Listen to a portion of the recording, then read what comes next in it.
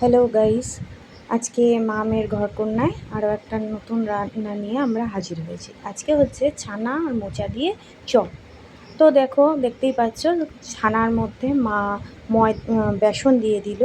মানে ছানাটা আমাদের বাড়িতেই নিয়ে করা হয়েছে, দুধ কেটে ছানাটা করা হয়েছে। ছানার মধ্যে মা বেসন দিয়েছে, হলুদ দিল এবং জিরা গুঁড়ো দিচ্ছে, জিরা গুঁড়ো দেবে এবং ধনে গুঁড়ো দিচ্ছে। তো এর মধ্যে নুন দেওয়া হবে।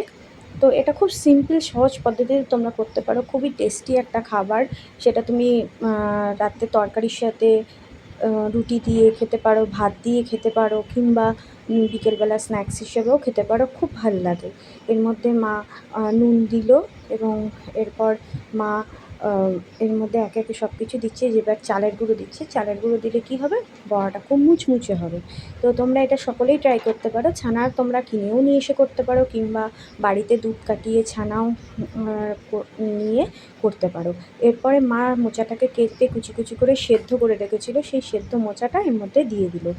এরপর এটাকে খুব ভালো করে মা এটাকে মাখাবে, যাতে ভালো করে সব ইনগ্রিডিয়েন্টসগুলো এগুলোর মধ্যে মিশে যায়। ছানা আর তার সাথে মোচা আর তার সাথে যেই মশলাগুলো দিয়েছে মা এর মধ্যে, যাতে ভালো করে যেন বড়াগুলো হয় সেই মেশে এর মধ্যে, সেটার জন্য করছে। এবার দেখো, কড়াইতে অলরেডি তেল মা গরম করতে দিয়ে দিয়েছিল।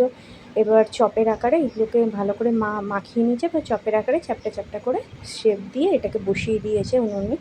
এবার দেখতে পাচ্ছ তোমরা, যে যেরকম শেপ করতে চাও সে সেরকম শেপে করতেই পারো চপগুলো, কোনো প্রবলেম নেই। মা চ্যাপ্টা চ্যাপ্টা শেপেই করছে। খেয়ে দেখবে, করে দেখবে, খুব সুন্দর খেতে হয় এই ছানার আর মোচা দিয়ে এই চপটা। দেখো, এক পিঠ হয়ে গেছে। এবার মা এই ছানার চপগুলোকে উল্টে দিচ্ছে। একটু ছাঁকা তেলে করতে হয়। মা আজকে সর্ষের তেল ইউজ করেছে, তোমরা চাইলে রিফাইন তেলও ইউজ করতে পারো, কিন্তু খেতে খুব টেস্ট হয়। এটা যদি করো, তোমরা ছানা কিনে এনেও করতে পারো, বা ঘরে দুধ কাটিয়ে ছানা দিয়ে করতে পারো।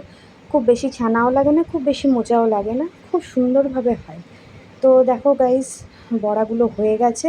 মা নাড়াচাড়া করে নিয়েছে, মোটামুটি ভালোইভাবে কড়মড়ে টাইপের হয়ে গেছে। এবার মা এই ছানার বড়াগুলো তুলে নিচ্ছে।